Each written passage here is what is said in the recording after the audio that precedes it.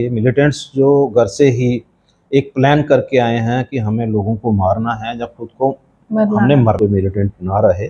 अभी की छोटी-छोटी घटनाएँ जो हैं पहले भी जम्मू में हुई हैं। दरबाल में बहुत सारे मिलिटेंट्स पकड़े गए हैं। उन्होंने आर्मी कैंप पे भी कोशिश की थी वहाँ पर अटैक करने की। लेकिन फिर भी मैं ये ज़रूर कहना चाहूँगा कि इस तरह की जो घटनाएँ हैं, जो चारों तरफ जम्मू डिवीज़न जो है, घेर अगर लिया हम है। डोडा को देखें, अगर कठुआ को देखें, रियासी। रियासी को देखें, रजौरी को देखें, तो सब तरफ जो है इस तरह की घटनाएँ होना वाक़ई में चिंता का विषय है और इसके ऊपर ज़रूर और सख्त से सख्त कार्रवाई करनी चाहिए। हिंदू समाज जो है, जो इस तरह की यात्रा में शामिल होने के लिए आते हैं, मिलिटेंट्स का दौर था 96 में, 93 में, उस दौरान में भी 4-4 लाख लोग जो हैं वो अमरनाथ यात्रा में गए थे बिना डरे। तो मुझे नहीं लगता है कि जो लोग भोले शंकर के दर्शन के लिए अपना मन बनाते हैं, उनको किसी तरह का डर रहता है। जो भोले शंकर का जो इस यात्रा समय का की दौर यात्रा है। का दौर रहता है, 2 महीने का दौर है और 2 महीने के दौर के अंदर पूरे हिंदुस्तान नहीं, पूरे वर्ल्ड से लोग आते हैं। तो इस तरह की मुझे नहीं लगता है कि कोई ऐसी चिंता का विषय है कि लोग आना नहीं चाहेंगे या आएँगे नहीं, क्योंकि लोग जो हैं, हमारे हिंदू समाज के लोग जो हैं, बड़े जागृत लोग हैं, वो रुकेंगे नहीं, क्योंकि हर एक की जो श्रद्धा है। आतंकियों की मौजूदगी उन क्षेत्रों में है जहां पर शांति हुआ करती थी। Chamber of commerce and industry के प्रेसिडेंट मेरे साथ है अरुण जी। अरुण जी, ये जो आतंकियों की इस तरह से मौजूदगी देखना कैसे देखते हैं? कितना ज्यादा डर का माहौल है इस समय जम्मू वासी में? देखिए, बड़ा अनफॉर्चुनेट है कि जिस तरह से मिलिटेंट्स जो हैं हर तरफ, चाहे वो कठुआ में है, चाहे वो रजौरी में है, अभी रियासी में आ गए, डोडा में आ गए, जिस तरह से उन्होंने चारों तरफ से एक अटैक कर दिया है, घेर लिया है। मुझे लग रहा है कि भाई हमें जो जितने हम लोग मुस्तैदी के साथ काम कर रहे हैं, चाहे वो सिक्योरिटी फोर्सेस हैं, चाहे वो पुलिस डिपार्टमेंट है, चाहे वो डिफरेंट एजेंसीज़ हैं, मुझे लगता है कि उनको अपने आप में थोड़ा-सा रिव्यू करनी पड़ेगी अपनी वर्किंग को, कि क्यों इस तरह से हो रहा है कि हर तरफ मिलिटेंट्स जो हैं वो बढ़ते चले जा रहे हैं और हम लोग जो हैं, ना तो उनको एलिमिनेट कर पा रहे हैं, ना उनको ट्रेस कर पा रहे हैं, ना ग्राउंड वर्कर्स को ट्रेस कर पा रहे हैं। अभी की मैं मुबारकबाद देना चाहूँगा अपने पुलिस डिपार्टमेंट को कि उन्होंने कठुआ में जिस तरह से 2 मिलिटेंट्स जो हैं एलिमिनेट किए हैं, लेकिन फिर भी हमारा एक जवान भी जो है वो शहीद हुआ है। हम उनके प्रति भी अपनी संवेदना जो है प्रकट करते हैं और नित प्रति इस तरह की घटनाएँ जो हैं, वो पूरे जम्मू शहर में नहीं, पूरे जम्मू कश्मीर यूटी में एक भय का वातावरण जो है वो खड़ा करने जा रहे हैं और मैं इस बात के लिए ज़रूर अपनी गवर्नमेंट से आग्रह करना चाहूँगा कि भई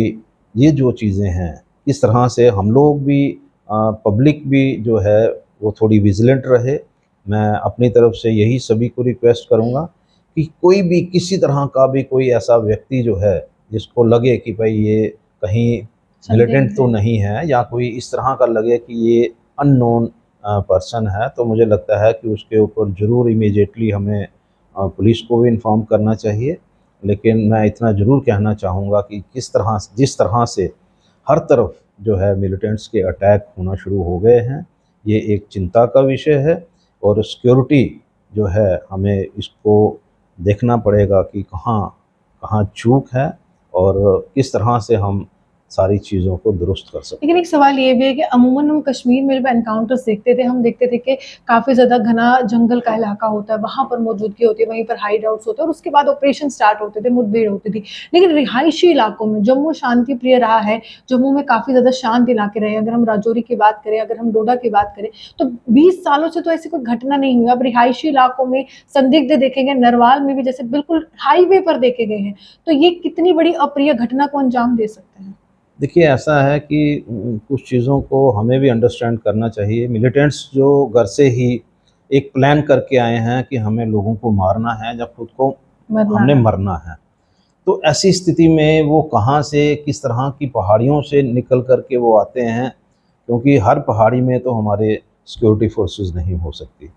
और हर एरिया में अभी की मैं समझता हूँ कि जिस तरह से पुलिस के नाके हैं, सिक्योरिटी फोर्सेस जो हैं, जिस तरह से पूरी तरह से जम्मू में, कश्मीर में तो उनकी जो एक्टिविटीज़ हैं उसको तो नकारा नहीं जा सकता कि उन्होंने वहाँ से मिलिटेंट्स जो हैं उनको एलिमिनेट किया है, वहाँ से उसको कम करने में कामयाब रही है। जम्मू में भी मुझे लगता है कि आने वाले समय में इसी तरह की एक्टिविटीज़ जो हैं सिक्योरिटी फोर्सेस की तरफ से होंगी कि यहाँ भी कोई मिलिटेंट ना रहे।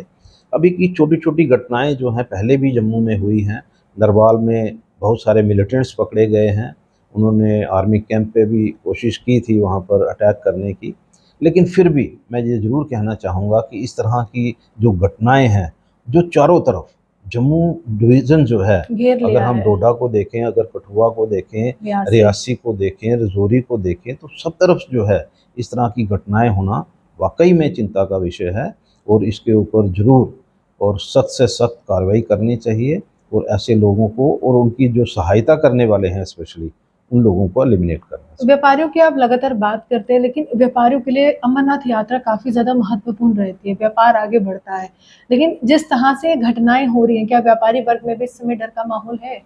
देखिए, एक चीज़ मैं ज़रूर आपके माध्यम से कहना चाहूँगा कि हमारा हिंदू समाज जो है, जो इस तरह की यात्रा में शामिल होने के लिए आते हैं, मिलिटेंट्स का दौर था 96 में, 93 में, हुँ। उस दौरान में भी 4-4 लाख लोग जो हैं वो अमरनाथ यात्रा में गए थे बिना डरे। तो मुझे नहीं लगता है कि जो लोग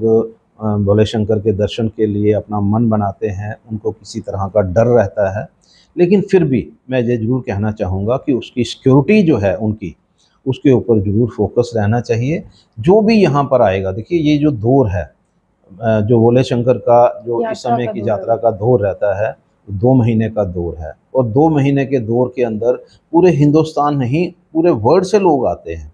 तो इस तरह की मुझे नहीं लगता है कि कोई ऐसी चिंता का विषय है कि लोग आना नहीं चाहेंगे या आएँगे नहीं, क्योंकि लोग जो हैं, हमारे हिंदू समाज के लोग जो हैं, बड़े जागृत लोग हैं, वो रुकेंगे नहीं, क्योंकि हर एक की जो श्रद्धा है हमारे भोले शंकर के ऊपर और उनको पता है कि अगर किसी ने बचाना है तो भोले शंकर ने ही बचाना है, तो उसमें कहीं कमी आने की गुंजाइश नहीं है।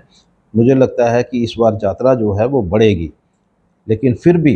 ये जो चिंता का एक विषय है, इसके ऊपर गवर्नमेंट जो है सख्ती के साथ काम करे और मैं यूनियन गवर्नमेंट से भी आपके माध्यम से रिक्वेस्ट करना चाहता हूँ कि एक्स्ट्रा सिक्योरिटी फोर्सेस जो हैं, उनको भी अगर यहाँ पर डिप्यूट करना पड़े, तो उनको ज़रूर करना चाहिए और बिज़नेस जो है, बिज़नेसमैन जो है, मैं उनको आपके माध्यम से यही कहना चाहूँगा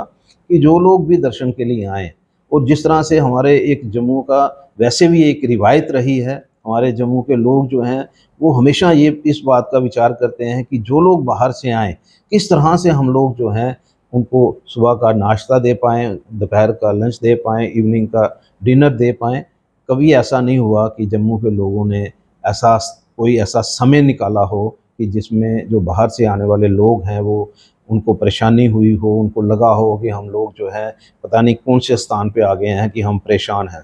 परेशानी जो है उनको कभी नहीं होती। बाकी यात्रा करने में जो कठिनाई होती है थोड़ी बहुत, वो यहाँ पर भी रहेगी और जम्मू के लोग जो हैं पूरी तरह से